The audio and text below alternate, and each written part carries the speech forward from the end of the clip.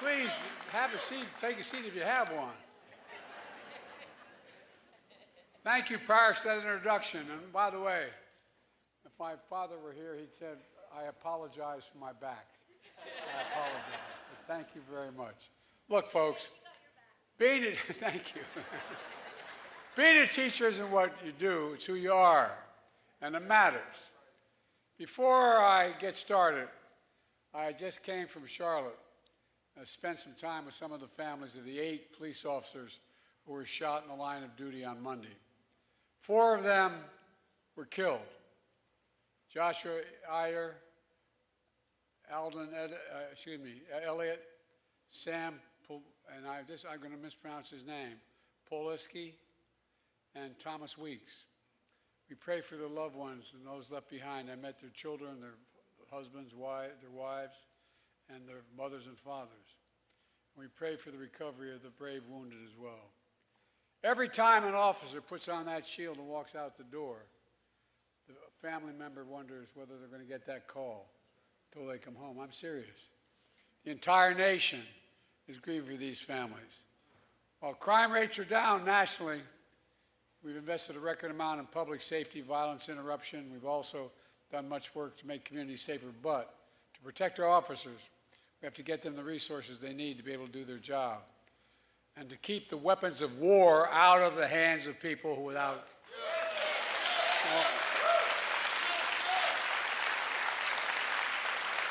To the men and women of law enforcement, you represent the best of us. And I want to thank you. And God bless you all. May He keep you safe.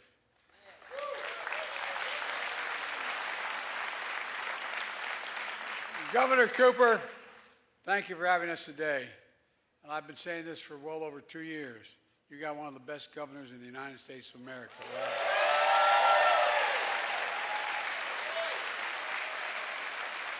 And I mean it sincerely. When I think of the Gov, one word comes to mind. I mean it sincerely. Integrity. He has absolute integrity. And Mayor Sappho, thanks for the passport to your city. And by the way, you ain't the only Wilmington in America. I'm from Wilmington, Delaware. And guess what? The mayor lived in Wilmington, Delaware. Delaware as well as here. He lived in Wilmington, Delaware. His daughter graduated from my alma mater, University of Delaware. And we lived, where he lived is only about 1.5 miles from where I live. And thanks to a favorite son of North Carolina who's doing a great job as an administrator of the Environmental Protection Agency, Michael Regan. Folks, I'm here to talk about something very basic and fundamental to our communities, to our economy, to our basic human dignity. Safe, clean drinking water. For generations, water was delivered through lead service lines, connecting the main water line in the street to the homes and schools and businesses in this city and around the country. These lead lines are tough, durable, but they don't rust. But we've long since learned they leach poisonous toxins into our water. The science is clear. Lead service lines pose severe health risk, damaging brain and kidneys. In children especially, they stunt growth, slow learning, and cause lasting brain damage. But we know we can stop it. We know how to do it. One study shows when you reduce lead exposure for children, their test scores actually improve in school as much as they would if they reduced the class size by 1/3 at 1/10 the cost of doing that. It pays off across the board. But today, 9 million lead service lines connect water mains to our homes, schools, daycare centers, businesses. That includes some 300,000 lead service lines here in North Carolina alone. 300,000. The cost to replace them is consequential, but too many families only learn the threat to their children after they get sick. You know, this is for some time why I'm been determined to fix it, and we're finally moving. Until the United States of America, God love us, deals with this, how can we say we're a leading nation in the world? For God's sake, we're better than this.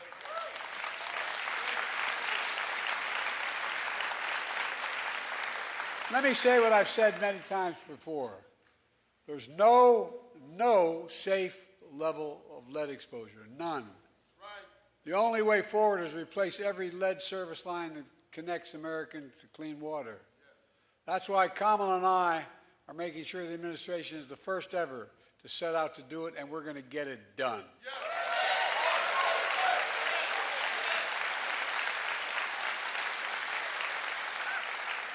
As a consequence of the first major law I signed, that not many of the other teams signed up to support, the American Rescue Plan back in March of 2021, we provided North Carolina with historic investments in clean water money. Governor Cooper dedicated $2 billion from the American Rescue Plan for 800 clean water projects all across this state. It not only includes removing lead service lines, but uses modern technology to sanitize storm and wastewater systems, in addition to connecting thousands of homes to clean tap water for the first time. These clean water projects include testing every water fountain in every school across the state and removing lead hazards, as Paris mentioned. Now look, our landmark bipartisan infrastructure law is allowing states across the nation to do more by investing in a record $15 billion so far, nationwide, in lead pipe removal. Today, we're releasing a third installment of that funding, an additional $3 billion nationwide, which will bring the total to $250 million for North Carolina so far, including here in Wilmington.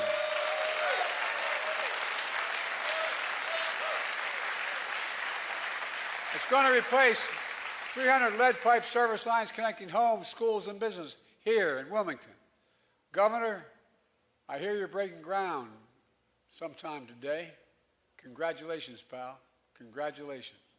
Folks, this is about safety, but it's also about basic fairness.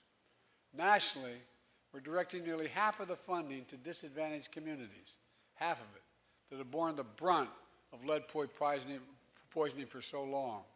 Studies show communities of color have been the hardest hit. We have to make things right, and we're going to make them right now.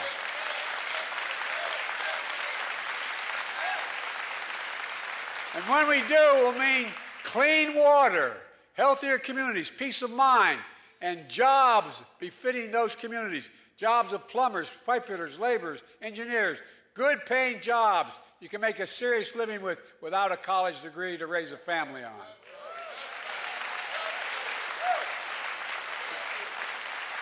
And folks, protecting people from lead pipe contamination is just one of our nation's most ambitious water agendas ever.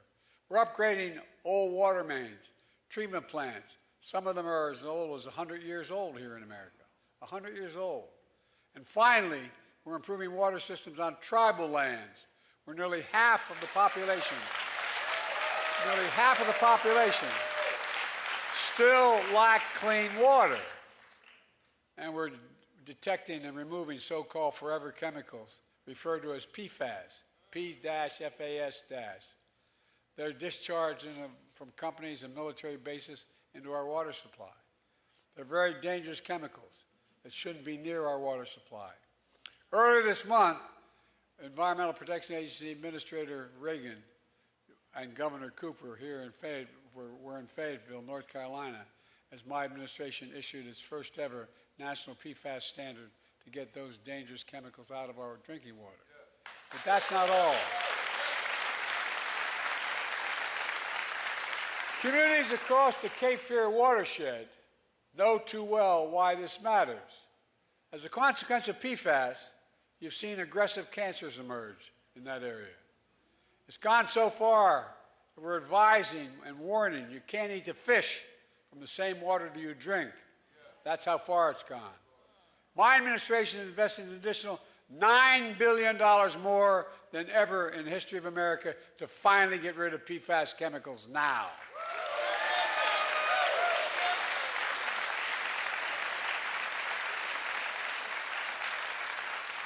And to get safe, clean drinking water to you and 100 million Americans across the country presently exposed to PFAS. In all, my infrastructure law makes the most significant investment in America's infrastructure in generations. It includes roads, bridges, ports, airports, public transit, and so much more. It includes a new passenger train from Raleigh to Richmond, which, by the way, reduces pollution by and takes thousands of vehicles off the road.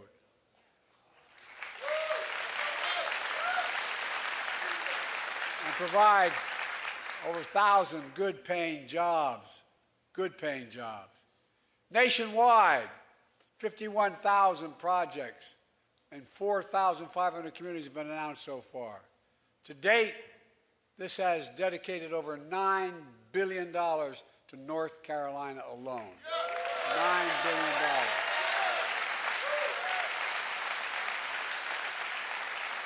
In January, I was in Raleigh to announce the most significant ever investment in affordable high-speed internet for every single person in North Carolina.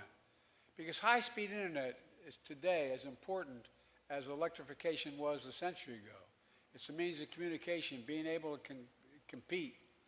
It's not enough to just have internet access. It needs to be affordable. That's why my administration is saving families around $30 a month in internet bills.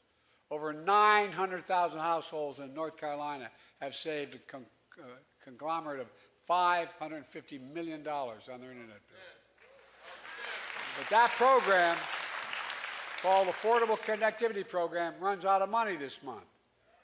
For months now, I've asked the Congress to extend the funding, but my Republican friends in Congress have failed to act. Now I'm calling them to act now, so 1 in 5 North Carolina families don't see their internet bills go up next month. You know, this progress is part of my vision for an economy that grows from the middle out and the bottom up, not just the top down. I'm sick and tired of trickle-down economics.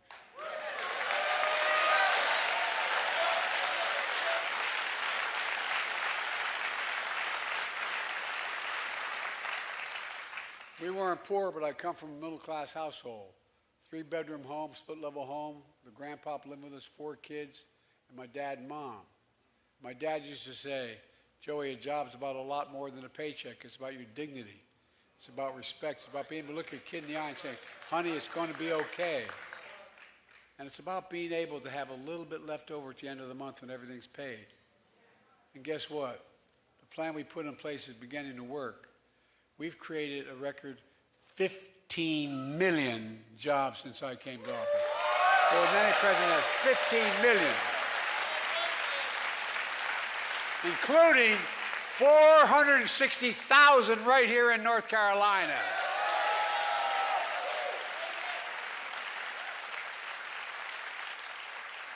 Unemployment is down in North Carolina from 5.6% to 3.5%. Lower than any year under the previous administration, and the lowest in 25 years.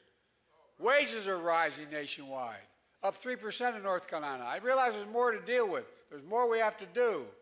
There's a lot of, the corporations are adding on costs that aren't justified. By the way, Walmart just announced that they opened a new store, and they just announced that they're going to charge for all the products they have the same exact price it was charged before the pandemic. Before the pandemic. And we're eliminating thousands of junk fees. It used to be, right now, you bounce a check in your bank, you're likely to be charged between $35 and $50 for that bank overcharge. Guess what? They can't now charge more than $8.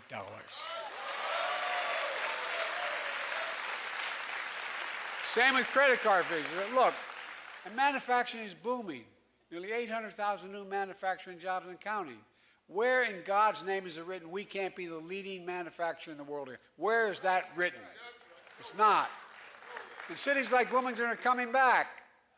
We're doing all this at the same time. We're cutting the federal deficit. We cut the federal deficit by failing to make the very wealthy and big corporations begin to pay their fair share. And by the way, I've been fighting for years as a senator. I know I look like I'm only 40, but I'm a little bit older. Taking on big pharma. You know, if any of you have a prescription that has to be filled, I can put you in Air Force One. You pick any city in Europe or in parts of the Middle East or in Asia. Take you that same prescription. Get it filled in those countries, in Berlin or in Toronto, Canada, or in Rome, Italy. You'll pay 40 to 60% less than you pay here. How many of you know somebody who has the need for insulin because they have diabetes? Well, guess what? It now costs not $400 a month, $35 a month.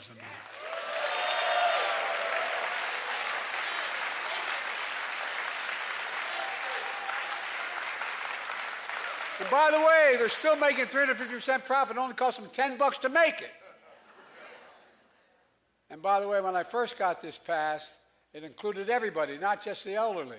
And guess what? This next term, I'm going to make sure everybody qualifies for this.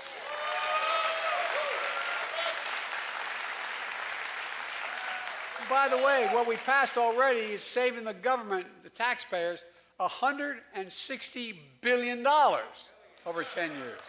Because guess what? Not only it helps the consumer, it means the federal government doesn't have to pay all that money to the drug companies. That's right. No, I'm serious. This is what they call, where I come from, a big deal. Look, my predecessors and my MAGA Republican allies, his allies, have a very different view.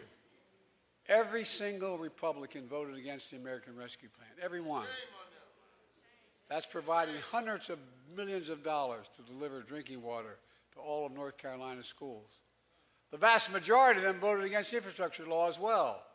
In fact, your Senator, Ted Budd, called the infrastructure law, he called it, the law, fatally flawed. Then he went on to say, and I'm quoting, a liberal Trojan horse for a socialist agenda, end of quote. I don't know about you, but I don't think ensuring kids can drink clean water to avoid brain damage is a socialist agenda.